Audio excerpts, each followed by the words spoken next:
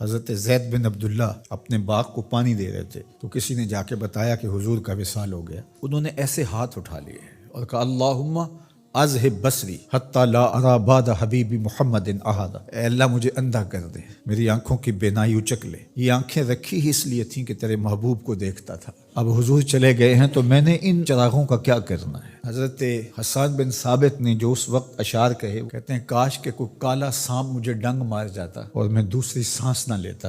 اور حضرت سیدہ فاطمہ کے جو قلب اطہر کی کیفیت تھی، سبت علیہ مصائب لو انہا سبت علی الایام سرنا لیالیا، میرے اوپر جو مصیبتیں ٹوٹ پڑی ہیں وہ اگر دنوں پہ ٹوٹ پڑتی تو وہ کالی راتیں بن جاتی۔ حضرت عمر رضی اللہ تعالی عنہ تلوار نکال کے کھڑے ہو گئے اور کہا کہ جس نے کہا نا حضور کا انتقال ہو گیا میں اس کی گردن اڑا دوں گا۔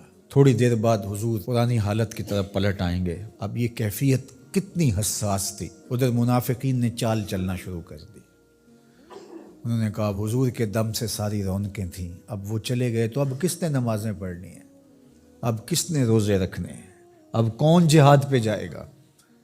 جب وہ ہی نہیں رہے تو ساری کہانی ختم ہو گئی۔ تو انہوں نے اس طرح سے چال چلنا شروع کر دی اور حضرت عمر کہتے تھے کوئی بولے تو صحیح۔ کتنا نازک وقت تھا۔ اس وقت میں حضرت ابو بکر آئے رضی اللہ تعالیٰ عنہ، ان کا کلیجہ تو پھٹ رہا ہوگا، لیکن یہی موقع تھا حضور کے مشن کو، حضور کی فکر کو، حضور کے دیے ہوئے نظام کو سنبھالنے کا، اور اپنے جذبات کو کس طرح کنٹرول کیا ہوگا۔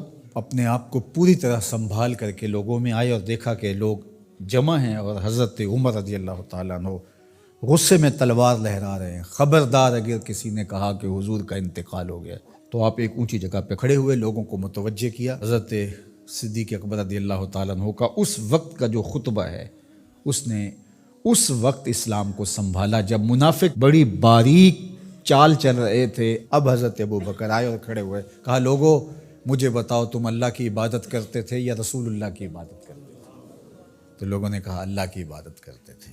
تو کہا اللہ آج بھی زندہ و موجود ہے، اللہ کل بھی زندہ و موجود تھا، وہ حی ہے لا یموت ہے۔ اللہ اکبر۔ پھر انہوں نے وہ آیت کریمہ پڑھی وما محمد الا رسول قد خلت من قبلہ الرسل، اور صحابہ فرماتے ہیں ہمیں لگا کہ جس طرح یہ نازل اسی وقت کے لیے ہوئی تھی۔ اور پھر لوگ سنبھلے اور پھر حضرت سیدنا صدیق اکبر رضی اللہ تعالی عنہ نے اس مشکل وقت دین کو سنبھالا اور پھر حضور علیہ الصلوۃ والسلام کے مشن کے لیے کھڑے ہوئے۔ لشکر اسامہ بن زید بن حارثہ رضی اللہ تعالیٰ عنہ کو روانہ کیا جا چکا تھا، حضور نے خود روانہ کیا تھا۔ ابھی جرف کے مقام پر ہی یہ لشکر پہنچا تھا، مدینہ المنورہ سے تھوڑا باہر نکلا تھا کہ حضور کے وصال کی خبر آئی تو یہ واپس آ گئے۔ تو بعض صحابہ نے کہا کہ اب مدینہ المنورہ کے حالات وہ نہیں رہے، اطراف کے اندر قبائل سر اٹھا سکتے ہیں جو دبے ہوئے تھے، اب حضور کے وصال کی خبر پھیل گئی ہے تو کوئی مدینہ المنورہ پر حملہ نہ کر دے، اور بہترین جنگجو اس لشکر میں شامل ہیں، تو اگر حملہ ہو گیا تو پیچھے سے دفاع نہیں ہو پائے گا، تو لہٰذا اس لشکر کو حکمت یہ ہے کہ روک لیا جائے۔ حضرت صدیق اکبر رضی اللہ تعالیٰ عنہ نے کہا کہ نہیں، یہ حضور کا روانہ کردہ ہے، جا کے رہے گا۔ بلکہ آپ نے تاریخی جملہ کہا کہ اگر مجھے یقین ہو کہ جنگلوں سے جانور آ کے ہمارے جسم کی بوٹیاں بھی نوچ کے کھا جائیں گے، یہ لشکر پھر بھی روانہ ہوگا۔ لوگوں نے حضرت عمر سے کہا کہ ضرور لشکر کو روانہ کریں، لیکن حضرت ابو بکر رضی اللہ تعالی عنہ سے اتنا کہیں کہ امیر لشکر کو معزول کر کے کوئی اور قریشی سردار بزرگ اس کا امیر بنا دیا جائے۔ 9 عمر لڑکا ہے، دوسرا غلام زادہ ہے، تو بڑے بڑے قریشی سردار اور جنگجو ان کی قیادت کو قبول کرنے سے انکار نہ کر دیں، تو وہ گئے اور جا کے کہا کہ بڑے بزرگوں کی یہ رائے ہے کہ آپ ضرور لشکر کو روانہ کر دیجئے، لیکن اتنا کیجئے کہ امیر لشکر کو تبدیل کر دیجئے۔ حضرت صدیق اکبر کے چہرے پر جلال آ گیا اور آپ نے جو جملے کہے وہ اتنے سخت تھے، ثقلت امک یبن خطاب، اے خطاب کے بیٹے تیری ماں تجھ کو روئے۔ استعملہ رسول اللہ وقد تامرنی ان اعزلہ، ان کو امیر لشکر اللہ کے رسول نے مقرر کیا ہے اور میں کون ہوتا ان کو معزول کر دوں؟ کہا لشکر جائے گا، اسامہ بن زید کی قیادت میں جائے گا، جس نے جانا ہے جائے، جس نے نہیں جانا میں کوئی پرواہ نہیں ہے، چونکہ ان کو امیر لشکر اللہ کے رسول نے مقرر کیا۔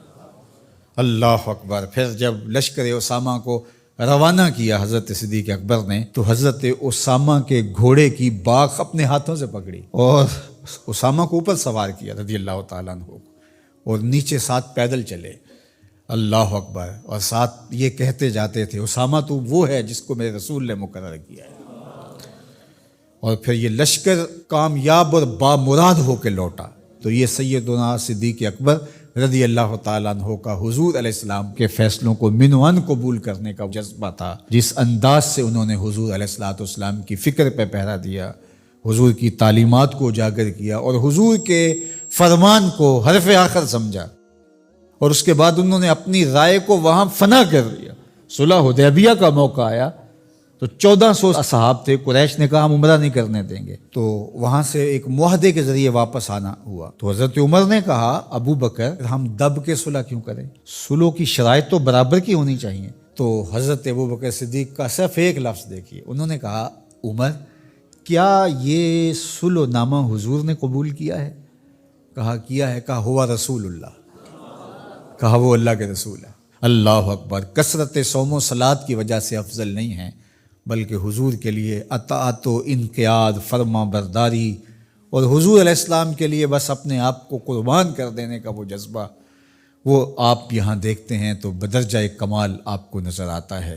فرمایا کہ میں اللہ کے علاوہ اگر کسی کو خلیل بناتا تو وہ ابو بکر کو بناتا، لیکن میرا خلیل اللہ ہے۔ اللہ اکبر، امن الناس بر مولائے ما، کلیم اول سینائے ما، ہستیو کشت ملت راچو ابر، ثانیے اسنین و غار و بدر و قبر۔